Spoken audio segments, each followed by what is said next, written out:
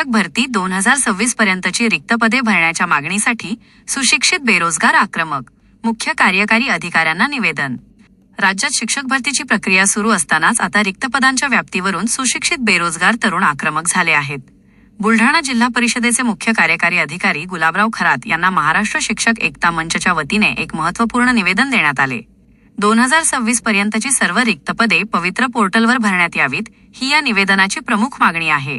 सध्या सुरू असलेल्या शिक्षक भरतीमध्ये केवळ जुन्याच रिक्त पदांचा विचार न करता 31 मे 2026 पर्यंत सेवानिवृत्ती, पदोन्नती आणि इतर कारणांमुळे रिक्त होणाऱ्या सर्व पदांचा समावेश या भरती प्रक्रियेत करावा, अशी मागणी विद्यार्थ्यांनी केली आहे. शिक्षण आयुक्तांच्या सूचनेनुसार सध्या संच मान्यतेचे काम प्रगतीपथावर आहे.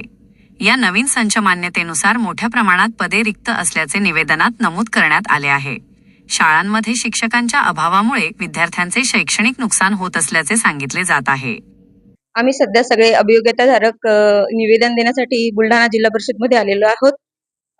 आमची परीक्षा जवळपास 1 वर्ष झालेली आहे.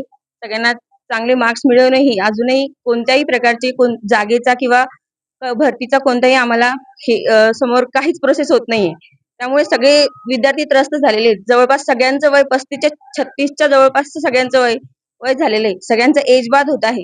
आणि जर अशीच परिस्थिती राहिली तर या मुलांना सरकारी नोकऱ्या लागतील की नाही लागतील याची शंकाच आहे. आता सध्या सगळे गव्हर्नमेंट स्कूल वाचवा असं म्हणतायत, पण त्यासाठी प्रयत्न कोणीच करत नाही. हे प्रयत्न सरकारनेच करायला पाहिजे. जसे आपण सरकार नवीन नवीन योजना राजकारणात निवडून येण्यासाठी करतात, तसं शाळा वाचवण्यासाठी कराव्यात आणि शाळेला गुणवंत शिक्षक मिळवून द्यावेत, जे आता सध्या प्रायव्हेटमध्ये खूप कमी पगारावर काम करतायत. त्यांना लवकरात लवकर भरती संपन्न व्हावी. त्यामुळे विद्यार्थ्यांचा सुद्धा खूप मोठ्या प्रमाणात हे होत आहे, नुकसान होत आहे. गुणवत्ताधारक शिक्षक शाळेला याची गरज आहे. लवकरात लवकर भरती व्हावी हीच विनंती सरकार. जून 2025 ला आमची शिक्षक भरती झाली. आता जवळजवळ 1 वर्ष उलटून झालेलं आहे, तरी पण अजून काहीच प्रक्रिया झालेली नाही.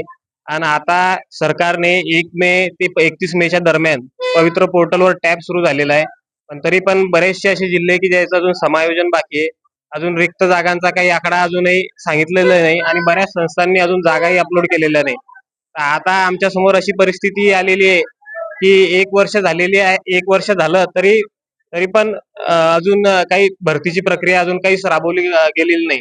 आणि आमचं एकतर एज बार होते. बरेच विद्यार्थी असे की ज्याचं वय पण वाढून चाललेलं आहे. याबद्दल निवेदन दिले त्या विषयावर एकदा आम्ही गेलो होतो निवेदन, पण त्याचा काही सप्टेंबरला, पण त्याचा काही फायदा झाला नाही. आता आम्ही पुन्हा आलेलो आहे आणि आता पुन्हा निवेदन देत. आता हे निवेदन दिलं त्यानंतर जर यांनी काही ऍक्शन घेतली नाही तर पुढचं पाऊल काय असेल? पुढचं पाऊल जी आमची संघटना आहे, तर आमच्याजवळ आता आंदोलनाशिवाय दुसरा काही पर्याय नाही. आणि तसं आता जर या शिक्षक भरती प्रोसेस झाली नाही तर आम्हाला प्रायव्हेट शाळेशिवाय आता दुसरा काही पर्याय आमच्याजवळ उपलब्ध राहिलेला नाहीये.